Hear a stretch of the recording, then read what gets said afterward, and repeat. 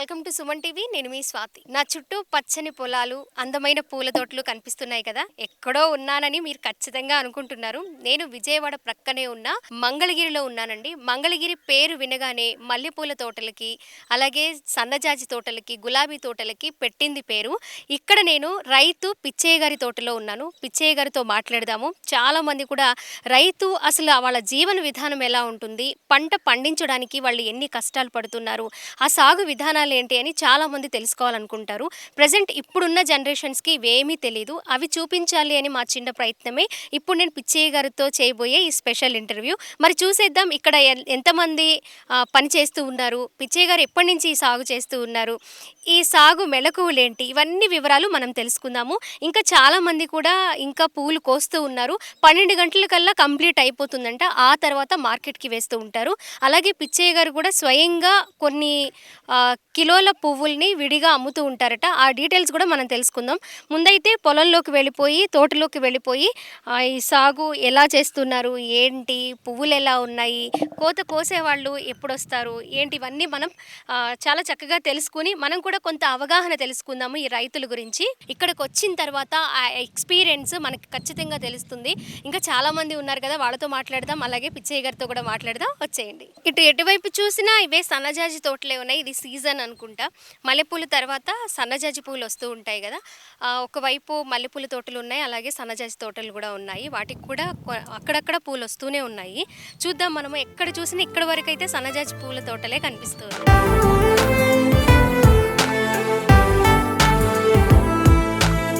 బాధలు అట్టాగుండయి. ఆడ చూస్తే రేట్లు లేవు, ఏడు చూస్తే కోసేవాళ్ళు ఎంత డిమాండ్ చేస్తున్నారు. ఆటోకి 50 రూపాయలు, కోస్తే 120 రూపాయలు అడుగుతున్నారు.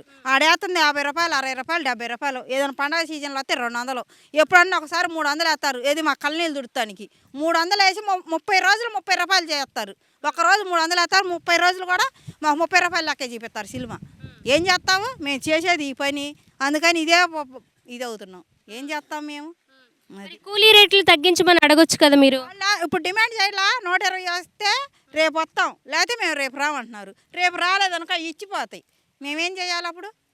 అందుకని అట్టొకటి తీసుకొని నేరానికి చేస్తాం. అది ఈ ఏడు చాలామంది రైతులు తీసుకోలేక ఇక అట్ట బీళ్లు పడిపోయండి ఈ పొలాలు. ఎంతమంది కూలీలతో కోయిస్తారు మీరు రోజు? 10 మంది ఉంటారు, 15 మంది ఉంటారు. ఒక్కో రోజు పనులు ఉంటే 2 వస్తారు. అది ఒక మంది అని ఉండదు, ఒక 4 5 ఉండదు. అట్లాగా మా పని. ఏం చేస్తా? ఒక విఐపిని చూపిస్తాను పిచ్చయ్య గారిని అన్నాను కదా, మనతో పాటే ఉన్నారు. మరి 3 ఎకరాల్లో సన్నజాజి సాగు చేస్తూ దిగ్విజయంగా వ్యవసాయంలో ఆయన సంతోషాన్ని వెతుక్కుంటూ, ఫ్యామిలీని చక్కగా చూసుకుంటూ, పిల్లల్ని చదివించుకుంటూ ఆయన చాలా సంతోషంగా ఉన్నారు. ఇప్పుడు అసలు ఆయన ఎక్స్పీరియన్స్ ప్లస్ ఆయనతో మనం మాట్లాడి ఇంకొన్ని విషయాలు తెలుసుకుందాం. నమస్తే పిచ్చయ్య గారు, ఎలా ఉన్నారు? బాధలు తప్పల, బాగానే ఉన్నాం, బాధలు తప్పల. అసలు ఏంటి సన్నజాజి సాగు, ఎన్ని మనసు ఉంటుంది, ఎలా స్టార్ట్ చేస్తారు, ఏంటి విధానం ఏంటి? కౌళ్ళు కట్టుకొని రేతుని పొగులను లేకుండా నీళ్ళు పెట్టుకొని మందులు వేసుకొని గిడతల్లా మనకి చిన్నపిల్లని తగినట్టు తాగాల్సింది. అప్పుడు దాకా అసలు మాకు గిడతలు అసలుకి. ఒక సంవత్సరం మంచిగా ఉంది, ఒక సంవత్సరం డల్ అయింది. 4 సంవత్సరాలకు ఒక సంవత్సరం కలిసి ఉపయోగం ఉంది. 3 సంవత్సరాలు ఏం చేయాలి? 4 సంవత్సరాలకు ఒక సంవత్సరం కలుగుతుంది. ఈ 3 సంవత్సరాలు అప్పులు తీసుకొచ్చి పెడతామే. అది మాకు. రైతుకి అసలు ఏం తెలియదు. ఈ పొలం దున్నడము, పంట పండించడం, ఇది తప్ప లాస్ అయినా లేదా వాళ్ళకి కలిసి వచ్చినా ఇదే పట్టుకొని ఉంటారు అని చాలామంది చెప్తూ ఉంటారు. చదువులు లేవు, మాకు చదువులు లేవు. మాకు వచ్చిన చిన్నప్పుడు పని చేసిన పని ఇది. ఇవాళ మేము ఇంకో పని చేయలేంగా, అందుకని లాస్ కానీ లాభం కానీ ఇంకా అదే పని చేసుకుంటాం. ఇప్పుడు ఆగస్టు సీజన్లో కొంచెం పెళ్ళిళ్ళు ఇవన్నీ ఉన్నాయి కాబట్టి మీకు రేట్ వస్తుందా పిచ్చయ్య గారు? అప్పుడు ఈ జాజి పూలు ఉండు, మల్లెపూలు ఉంటాయి. అప్పుడు మల్లెపూలు ఉన్న టైంలో ఏం చేసి కుళ్ళుడు పడుతుంది, పైకి పువ్వు బాగానే ఉంటుంది, లోపల తినేసిద్ది. 2 రోజులు చేను మొత్తం ఎర్రమగ్గ పడిపోయింది. ఇంకా ఖాళీ కోసే పని ఉండదు ఇక. మల్లెపూలు వచ్చేకన్నా 10 రోజులు ఉంటే మళ్ళీ 40 రోజులు ఉండవు. పూలు ఉంటే రేట్లు ఉండవు, రేట్లు ఉంటే పూలు ఉండవు. ఇప్పుడు మల్లెపూలు 500 ఉంది.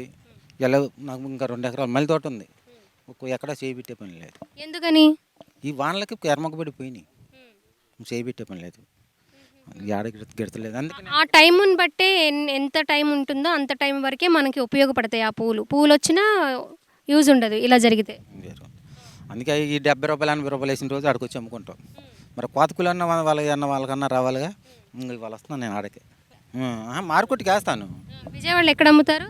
ఇవాళ నున్న రోడ్లు పిల్లలు ఎంతమంది పిచ్చయ్య గారు? ఒక అమ్మాయి ఒక అబ్బాయి. ఏం చేస్తుంటారు? అబ్బాయి డిగ్రీ చదివాడు, అమ్మాయికి పెళ్లి చేసాము. అమ్మాయి ఎప్పుడైనా హెల్ప్ చేస్తూ అలా వస్తూ ఉంటారా ఇలా పొలం చేయడానికి? మా అబ్బాయి వస్తాడు, చేను కట్టే ఉంటాడు. చదువు అయిపోయింది, జాబులు లేవు. చేనుకి వచ్చి ఆడ మందులు వేయను, నీళ్ళు పెట్టను, పూలు కొత్తాడు, అన్నీ చేస్తాడు. నేను ఒకళ్ళు ఊరిపోయిన వాడే చేస్తాడు చేళ్ళ పని అంతా. సినిమాలు చూస్తూ ఉంటారా పిచ్చయ్య గారు? మేము సినిమాలు చూడకే 25-30 సంవత్సరాలు అయిందో. అంతకు ముందు చిరంజీవి సినిమా అయితే వెళ్ళేవాడిని. ఎవరు ఇష్టమైన హీరో ఎవరు? చిరంజీవి సినిమా అయితే వెళ్ళేవాడిని, బెనిఫిట్ షో చూసేవాడిని. ఇప్పుడు అసలు పోవటం లేదు, రావటం లేదు. ఆ, ఎప్పుడు ఎప్పుడు ఏ అంటే ఎక్కడి వరకు చదువుకున్నారు మీరు? అసలు చదువుకున్నారా? ఏమి లేదు, చిన్నప్పటి నుంచి వ్యవసాయమే. వ్యవసాయం. ఏం చేస్తూ ఉంటారు?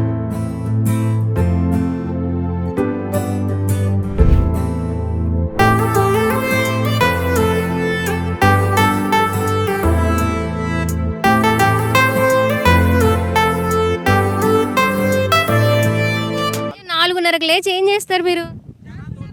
4:30కి లేచి ఏం చేసేది, 5 కాల నుంచి వాళ్ళని ఎక్కించుకొత్తమే సరిపోయింది. వాళ్ళని ఒక గంటన్నర వాళ్ళని తీసుకురావాలి. ఎంతసేపు వాళ్ళకి పట్టి వాళ్ళని ఎక్కించి రావటం. ఒక ఆమె వచ్చేది, ఒక ఆమె రాదు, వాళ్ళ ఇంటి ముందు నుంచోవాలి. వాళ్ళని ఎక్కించుకొచ్చుకోవడం సరిపోయింది దాని ఇంటి దాకా. ఇంత కష్టపడుతున్నారు కదా పిచ్చయ్య గారు, మీ ముఖంలో చిరునవ్వు అస్సలు పోనే పోలేదండి. పరిచయం అటపోయింది, అది పుట్టకతో వచ్చింది, వచ్చిందంటారా? అటపోయింది. ఓకే, మీలాగే అందరు రైతులు కూడా అంటే చాలా కష్టపడతారు కాదనను.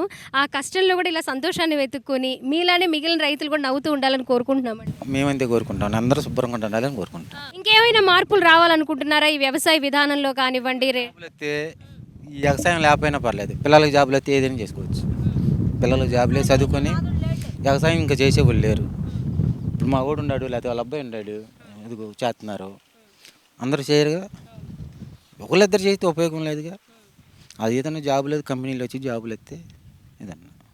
ఈ చుట్టుప్రక్కల చాలా పొలాలు రేటు రాక అలాగనే వదిలేస్తున్నారు అని అన్నారు. అది చంద్రబాబు ప్రభుత్వం వచ్చా బాగా వచ్చినాయి రేట్లు. 6 కోట్లు చెప్తున్నారు, ఈ 6 కోట్లు చెప్తున్నారు. మొన్నటి దాకా 2 కోట్లు 20 లక్షలు చేసి అమ్మారు. ఇది ఇప్పుడు 6 కోట్లు అయింది. అది